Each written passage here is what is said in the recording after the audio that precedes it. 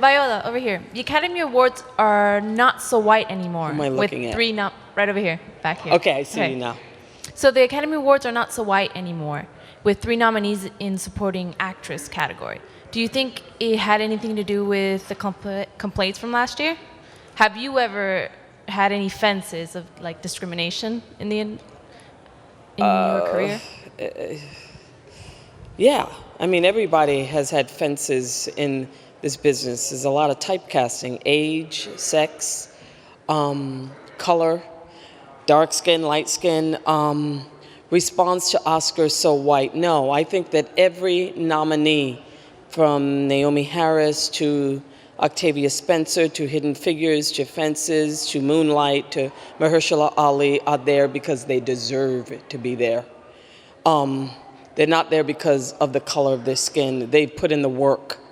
So the answer to that is no. And, you know, my response from here on out, I always use my husband knows this, I always use the 3 words, like February 27th is going to come. And now what? Is it just going to be a trend to talk about inclusion? And I'd rather say inclusion than diversity. Or is it going to be a norm that we understand that we're all a part of the narrative, that all of our stories deserve to be told, and that art indeed has to reflect life and our culture, and people are going to demand it.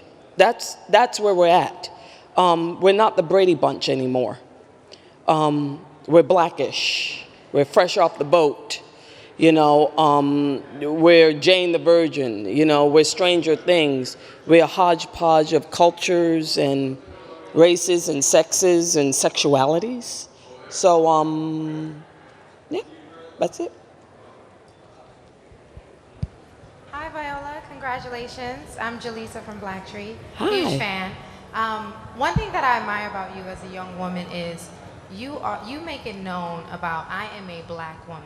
You don't mask your blackness. And I think often in the entertainment industry, black people, we're encouraged to do that, to mask our blackness and who we are. So is it intentional for you that you make it known I'm a black woman and I'm representing that and sexuality and all those many complexities that we have? Is that something you intentionally do, or it's just like, this is it, this is who I am? Well, it's sort of both. Sometimes I feel like I'm forced to just remind people that I look different because, I mean, you know, I don't want to sound kumbaya, but I just always feel that you have to look at your life like a relay race, and that your life is about running your leg of the race. So what is your leg of the race? What is your legacy going to be? And I saw an absence of women who look like me on TV as of even 8 years ago. And to tell you the truth, we're still sort of absent in leading roles, especially when you're darker than a paper bag. So I do intentionally say it at times because I do want to wake people up. I want to wake people up and know that, you know, it becomes a knee-jerk response to write narratives sometimes, and just to have an homogenized group of people. You know, it's like being invited to the best party in the world and not thinking about who hasn't been invited to the party. And I want to tell people that we, in the past, have not been invited to the party. So it is intentional, but when I do say it, I'm not saying it to put myself on the outside. It's not to be ultra political. It's just to raise my hand and say, are you aware that I'm here?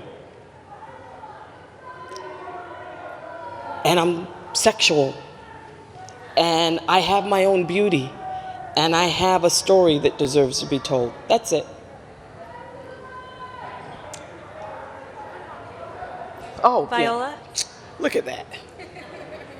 Viola, I'm right in the back, right over here. Yep. Brandy from In Style. Congratulations, and you look stunning. Oh, thank you. When Denzel won, you stood up and you cheered very hard. Can you talk about what it meant to see him win, and also for you to win this too, for a project that both of you are very passionate about? See, I have witnessed his hard work, and I understand what is necessary to fulfill that role of Troy Maxon. I think at one point he has a 13-page monologue. I mean, those monologues are Shakespeare, they're King Lear. Even though Troy is a garbage man, he is a giant in his life. He is the center of his universe. So I knew the sheer scope and magnitude of talent that it takes to play Troy, a big man, an unapologetic man, a man of his time. And I just thought Denzel did a tremendous job, and you just always want an actor who does a tremendous job to be recognized.